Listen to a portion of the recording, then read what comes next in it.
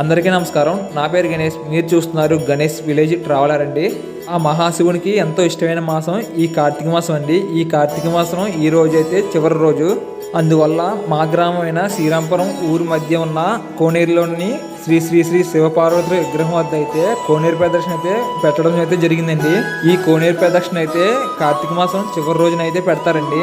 ఈ కోనేరు ప్రదర్శన జరపడం ఇది రెండోసారి అండి. ముందు సంవత్సరం అయితే మొదలు పెట్టాము. ఆ సంవత్సరం వందల సంఖ్యలో అయితే భక్తులు అయితే వచ్చారు.